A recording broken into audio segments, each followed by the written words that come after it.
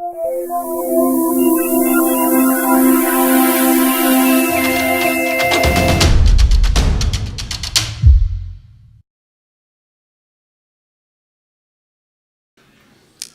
last presenters are Brian Matthews and Carson Nordgaard from Bismarck.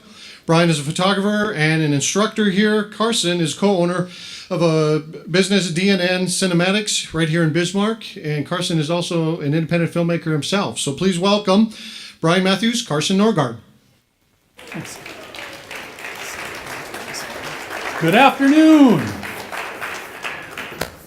We're going to be talking about how to make films with DSLR cameras. But before we do that, we need to get 2 volunteers, enthusiastic volunteers, before you run and storm the stage. You have to be able to sit and walk up 1, 2, 3, 4, 5, 6, 7 stairs. Who can do that? Who wants to come up? Right there. Oh, too late. Maybe. All right, so. You have a clicker? Yes.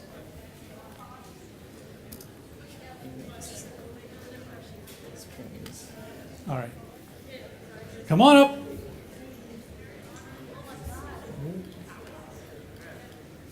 State your name as you come on up. My name is Jackson Murphy. Jackson. I'm Jenna Bain. All right, Jenna. So, Jeffrey over there. Jackson. And Brittany right there. Oh, yeah. We don't need that going. All right, we're good to go? Now that we're set, we've got the names straight. That's why we've got name badges. Right? Yep. It's Brittany, right? Okay. All right, so the first and probably largest barrier for any aspiring filmmaker is really getting the camera. You probably already have the idea, and Carson can probably attest to this, is it's hard enough to get the camera. And so what we're going to talk about today is using a camera that maybe you already have or have access to do some very interesting things. And these DSLR cameras, the little guy right over there, can do some things that our bigger guy can't do. So, there we are.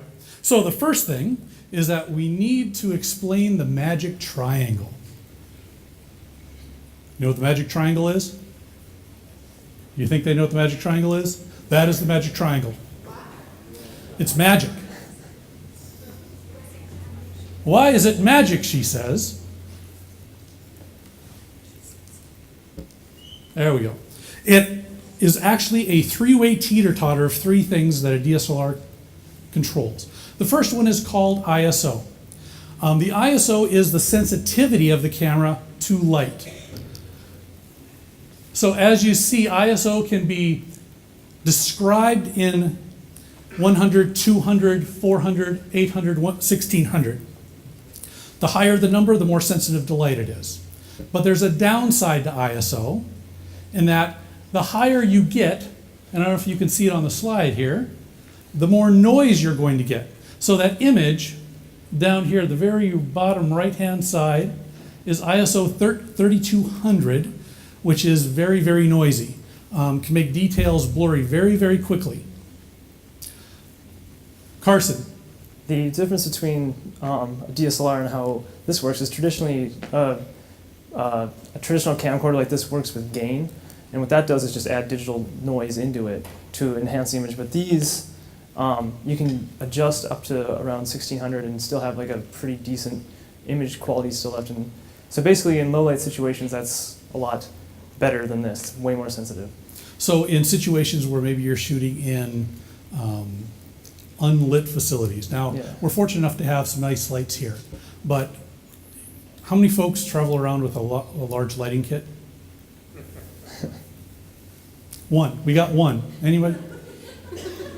So the advantage is that I don't have to carry a lot of lights. Now there's one person. We'll call you up to stage here in just a little bit. You can tell us all about your lighting kit. All right. The second piece is shutter. Shutter. What the shutter is,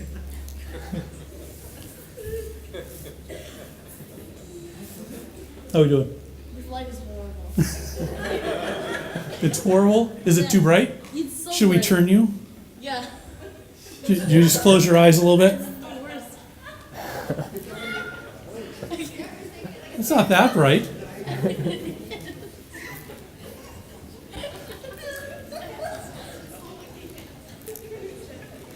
All right, so the shutter, think of the camera as the eye. So the shutter is the eyelid. It opens and closes.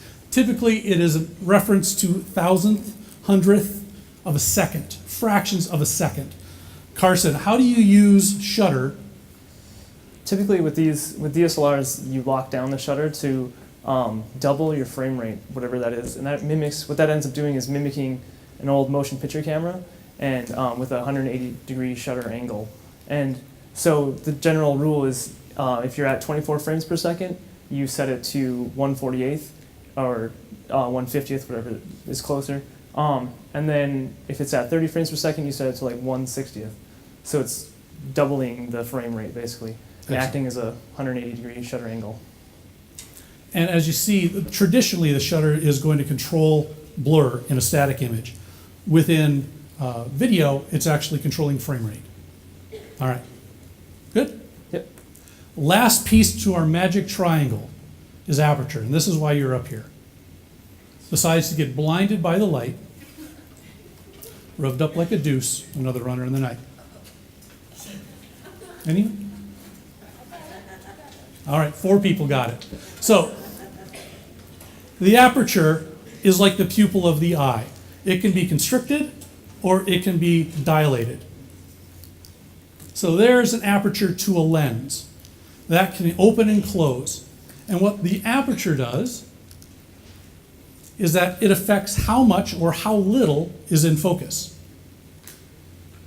And it's measured in f-stops. So you see f1.8, f2, f4, f5, 6. The lower the number, the less is in focus. Go ahead, Carson. I know you've got a little That's demo really here. the point of using a DSLR is with these traditional cameras, you can get those low f-stops, but they don't relate to depth of field as much as DSLRs do because of the interchangeable lenses. So you're never going to get that blurred out background like you would with a DSLR with these traditional cameras. That's mainly the purpose. Is it's always going back to mimicking an old motion picture camera and film and how film was used. So. All right. You want me to show that? Yeah. Okay. Go ahead and show it if you can. Okay. So here's basic depth of field with this, and that's why we have so much light, so I can show you. So if you'd like to take up the traditional camera here, I can show. Okay. There they that's are. That's the DSLR. I can grab that. Jeffrey and Brittany. And I'm actually going to switch this in right now. So Your I'm going to try to head's replicate huge. the same exact shot here, pretty much. And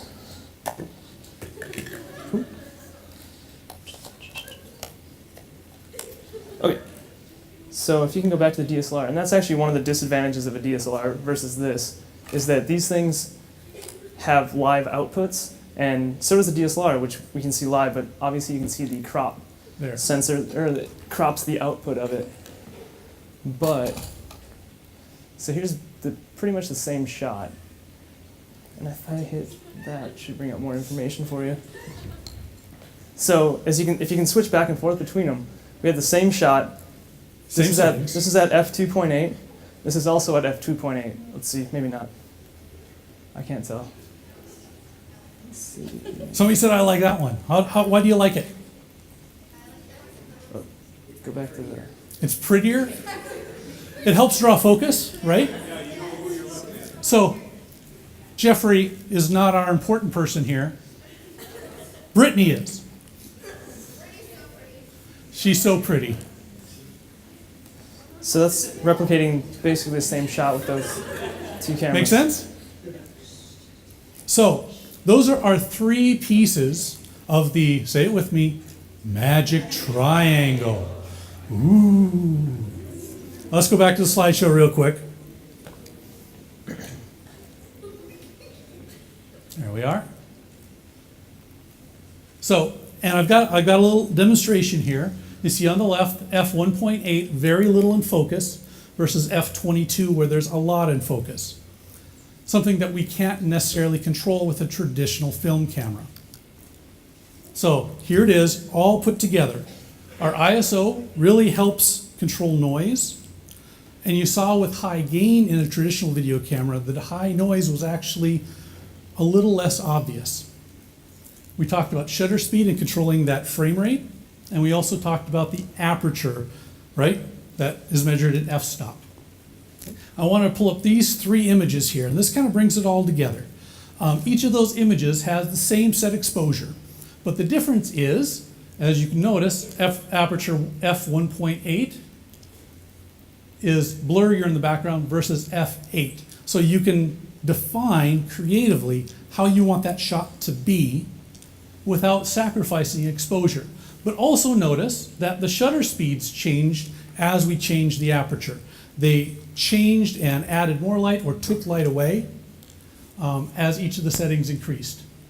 All right. So relating to video though, so basically with the DSLR, you're always going to be locked down to your shutter. So then you run into, you can either adjust your exposure by your ISO or your f-stop. So depending on how much blur you want in the background of your image. So let's say, you know, she's the focus and we don't care too much about him in the background. Oh. So you want a shallow rough. depth of field. We care about you.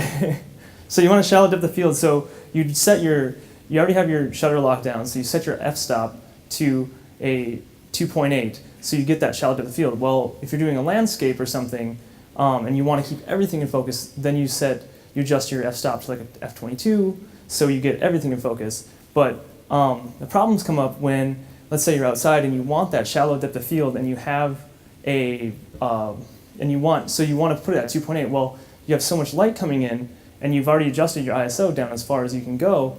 So you use like a fader ND or an ND filter to filter the light coming in, and then you can get that shallow depth of field still with the light. And this fader actually acts as like an iris as for your camera here, as you can see. So once you put one of those on, then you're making adjustments through your filtration rather than, so you have control over your exposure, and then you can make it through your shutter or your ND filter. Excellent. Should we make them stay up here the entire time, or should we put them out of their misery now?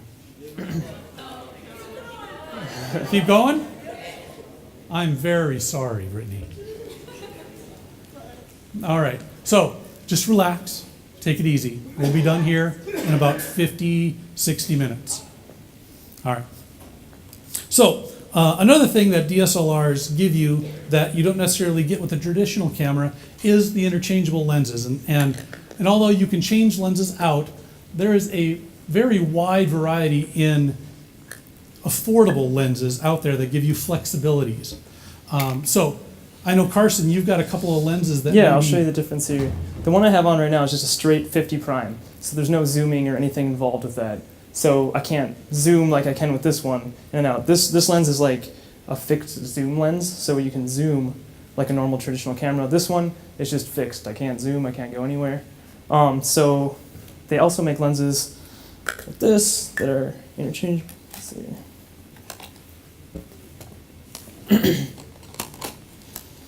And so this is a zoom lens, but the problem that comes in with a lot of lower end zoom lenses is that the lens I just had on, the 50 prime, is it's a 1.4. So this lens only goes up to an f-stop of 3.4.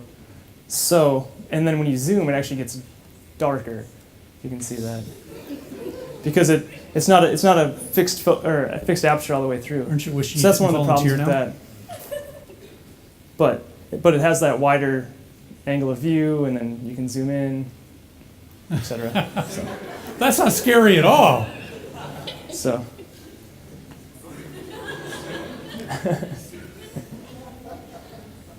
Excellent. I think we could do this for another 40 minutes.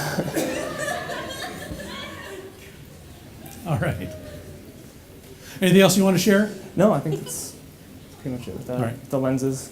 Now, we can get a similar effect with the traditional camera, but we're going to have to move that traditional camera much, much further away. I don't know if we've got enough building I don't know if we will either. to actually make that happen. Let's see. And with the DSLR, you can be in relatively close quarters, very close. You have to zoom in quite a bit. There you go. So that's still not even.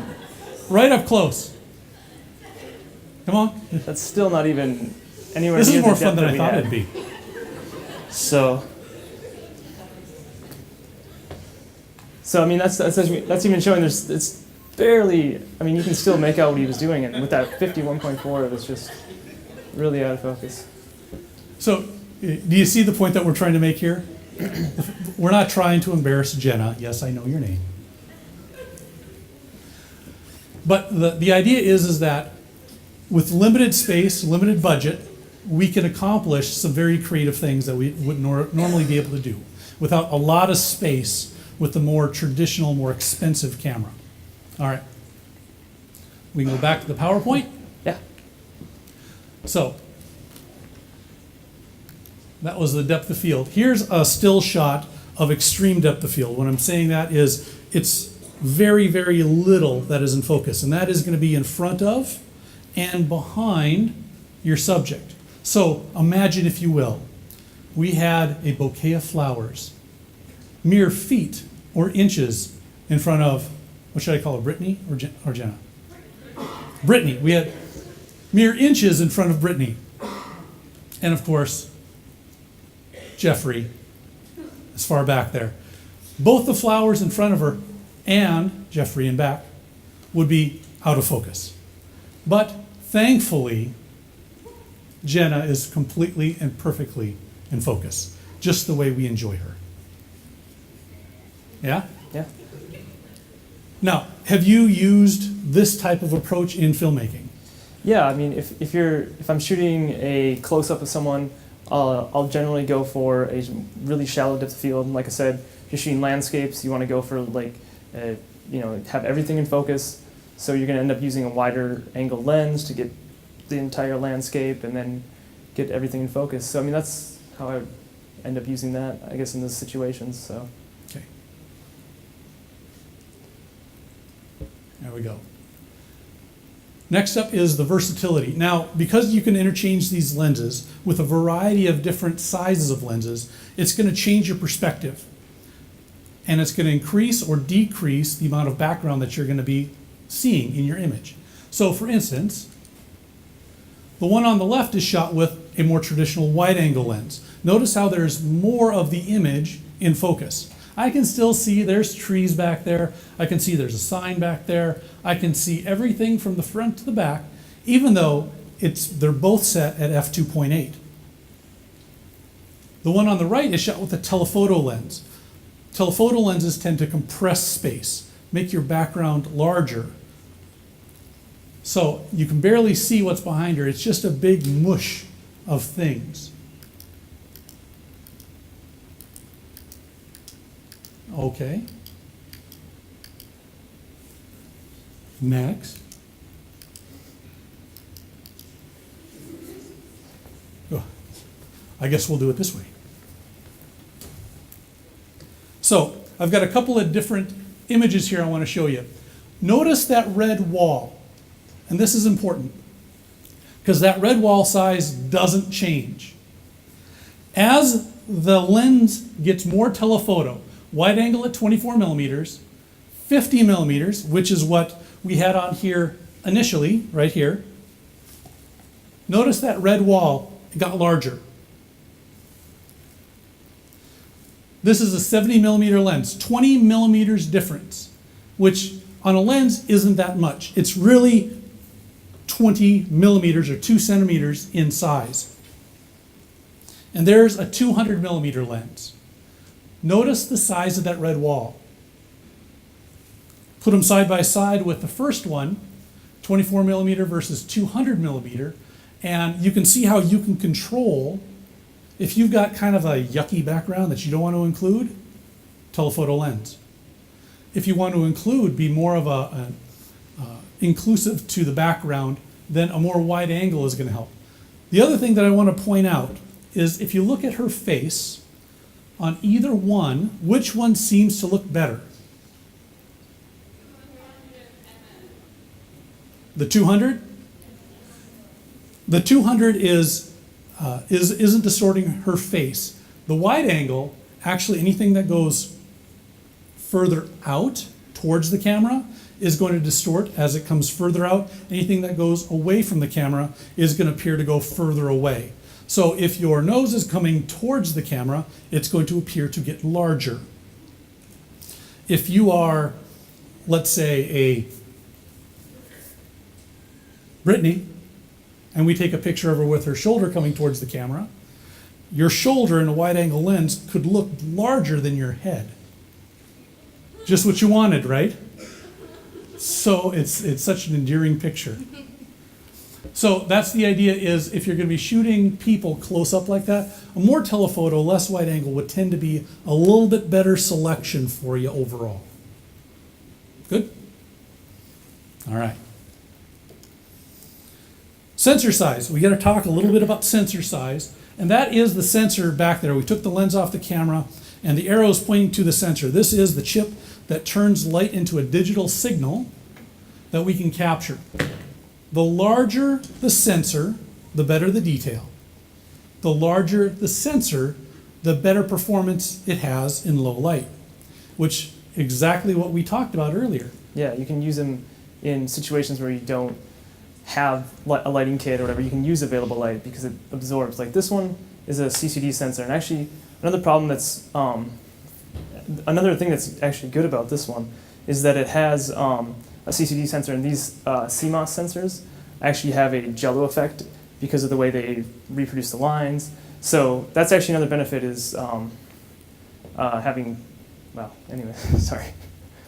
Well, that's okay. But you know, and aside, if we're gonna, let's talk a little bit about CMOS versus CCD. The CMOS tends to be a little bit less power hungry, so your batteries are gonna last a little bit longer versus a battery on a CCD. But with the traditional camera, we can have DC power. And we're gonna talk about that in just a little bit, where we can't necessarily have that with our DSLR. So I wanna show you a quick size comparison. The one on top, the Canon 5D Mark II, is the DSLR. That's a pretty big sensor. And now it looks pretty big on that screen, but it's really about that big. The professional size camera has a significantly smaller sensor on it, which means that it can't by nature capture the low light situations. yeah, I mean that's exactly why it would. It just absorbs more light in those situations, and also enhances the depth of field as well. Where this thing, you just have to boost the gain, and it gets noisy and gross. So it'll give you a lot more cleaner image if you have a bigger sensor. And we're here again. There we are. So here's a couple examples here. The one on the right, shot with a DSLR with no external lights besides what's in the room. And the one on the left was actually shot at a lower ISO on the same camera. So you can see where you can still have a dark look to the scene, or you can brighten up the scene tremendously.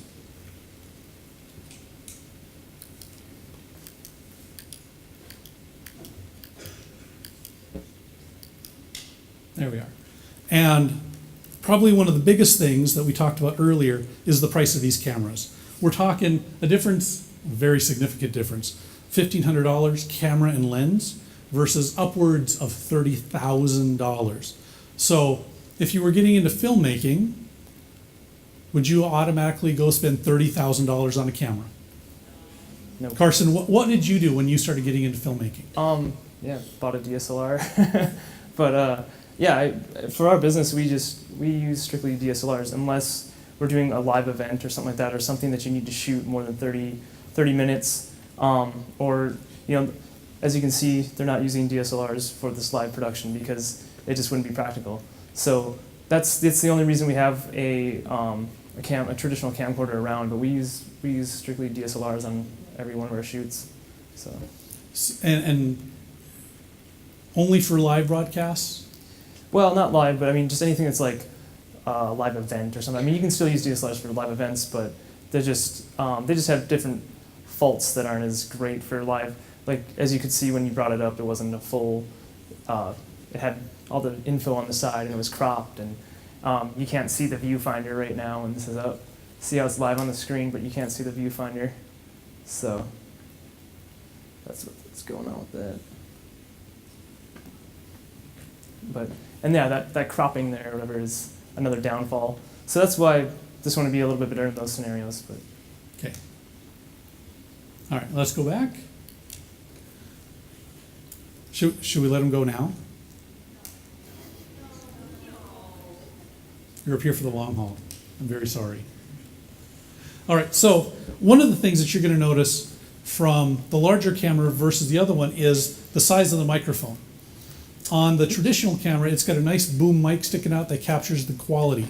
And for many filmmakers, the sound is probably one of the most important things about your film. The DSLR microphone, not so great most of the time.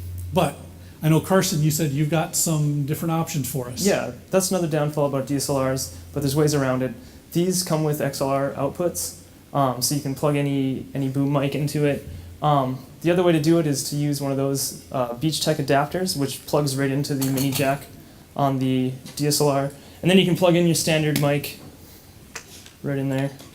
So XLR outputs. So that'll actually enable like XLR outputs in your camera. Or you can shoot double system with one of these.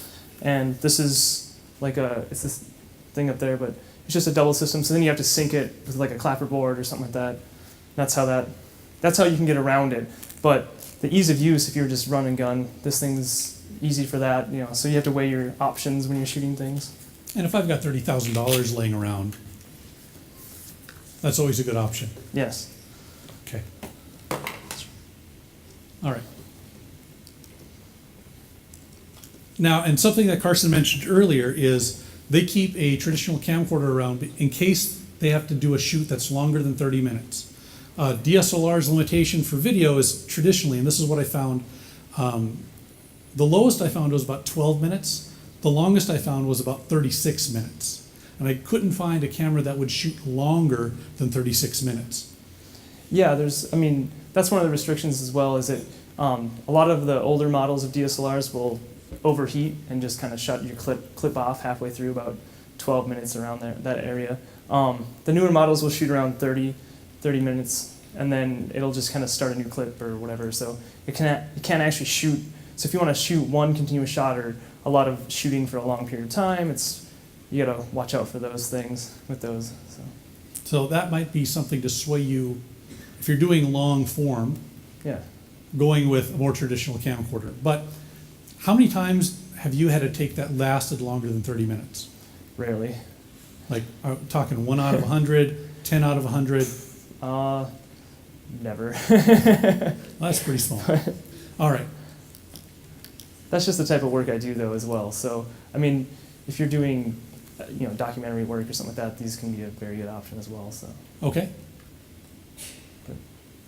DC power, we talked about that already. We can run from the wall power to the traditional camcorder, but we can't run it to the DSLR. So what happens if I'm trying to run 30 minutes of video and I'm low on battery? You're not going to make it through. Yeah. So I put in one item here. You can get battery grips that allow you to double up your batteries. You put your batteries in, and that will give you effectively double the life. Yeah, I rarely use that just because I'm always shooting, switching out batteries and stuff like that. So, but yeah, it's a great option if you're shooting a lot of stuff and you don't want to, spend a lot of time switching batteries. So you can actually keep continuously shooting without breaking too much with one of those. So. And how often would you switch out your battery as you're shooting video? They last it depends. I guess they last about an hour or so. About an hour? Yeah. So if you had an hour charger, yeah, you could so have you'd one to battery keep in a switching charger. or else have a ton of batteries. So you're constantly flipping back around? Yeah. So with two, you'd theoretically have 2 hours. Yeah, roughly. So, yeah. All right. So, kind of wrap it all up here is what you need. And I put it up here. You need at least a DSLR camera I'm talking about $800. So you're going to get better low light video, better control of your depth of field, especially in low light situations, especially in close situations. It's going to be less expensive than the professional camera, and even with the more expensive input and microphone, you're still well underneath it. And the last thing that I wanted to mention was tripods, some sort of support. So Carson, what kind of support do you typically use? Obviously a tripod is a must, just for any lockdown shots. We use a slider rail that will pretty much act as a dolly track on top of your tripod. We use that a lot. We use a jib arm just for getting different types of shots, different creative cinematic shots, I guess. And then a shoulder rig as well. They make shoulder rigs where, not this one so much, but traditional other cameras have like a shoulder mount and stuff. So yeah, exactly like that. So that'll help stabilize your image and not get it all wobbly, create jello and stuff like that. So yeah, beyond that, it's just whatever type of rigging. I heard a quote, or read a quote one time where it said, when I was learning about DSLRs, it said that if you treat it like a cinema camera, it'll be a cinema camera. And that's kind of transition to the next thing with where we would use sliders and jibs and stuff like that, is that type of rigging can create a really good image with these cameras. So, Okay. All right. Videos? Yep. Okay. I'm going to show just a couple examples of some of that rigging. Just a couple shots, or some shoots that we did. Let's see here. So this will be an example of a lot of slider use and a lot of, and the jib that we use.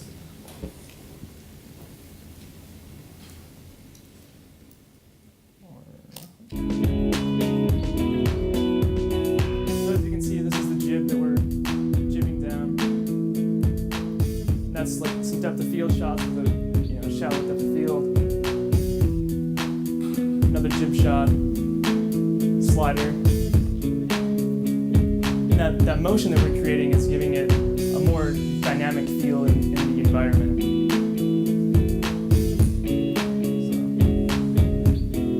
These shots come up here. See the depth of field with those. It kind of focuses in on certain aspects of it. And the next one is, we'll have examples of low light situations where we used minimal, actually just available lights at the club. And also an example of a glide cam, which is like a stabilizer. Let's see. Okay, this is a music video we shot. There's no audio, but so that's a glide cam right there. It's just floating on a gyro. Another example of depth of field.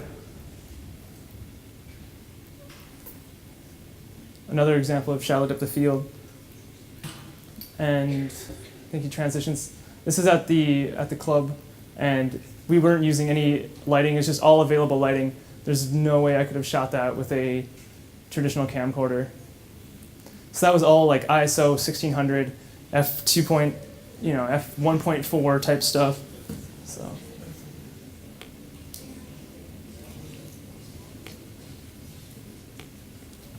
Anyways, that's that. I guess that.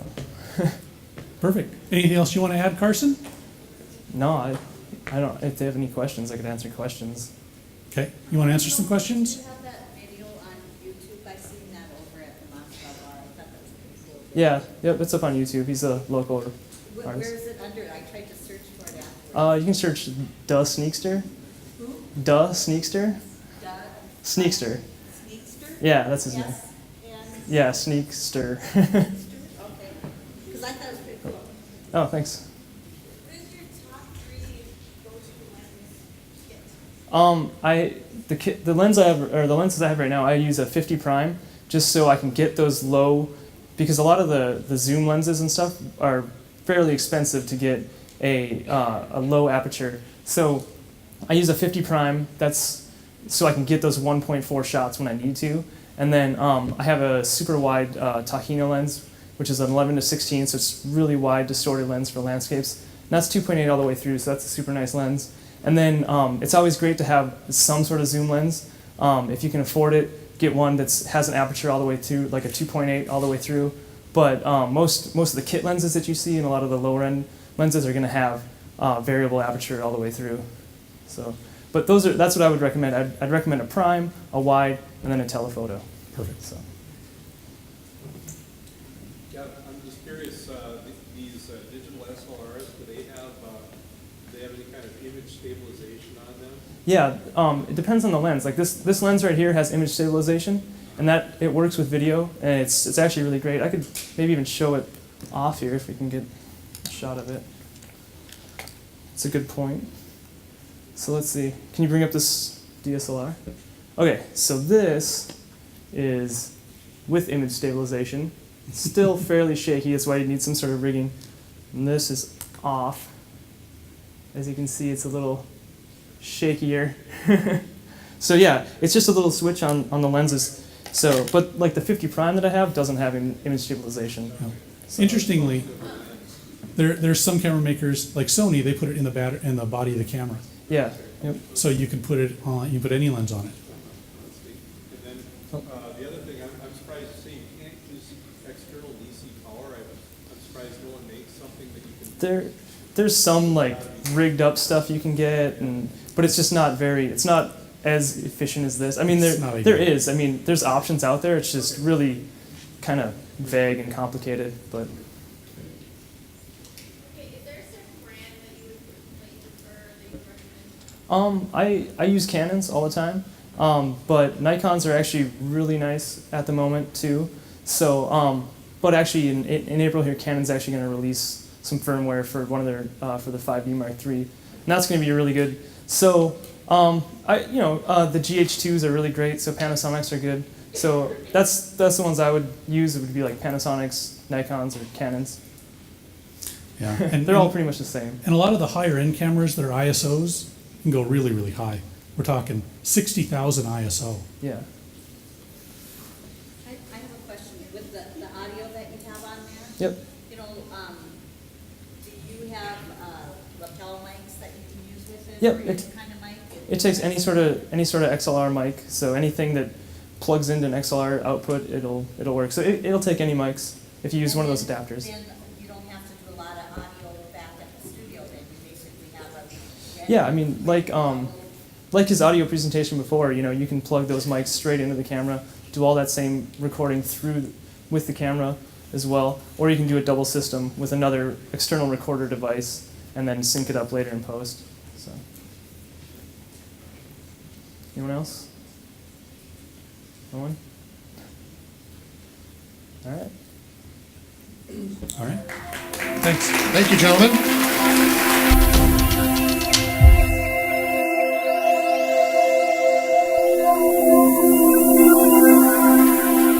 View this program again at freetv.org, on Community Access Channel 12, or order a copy, info@freetv.org or 258-8767.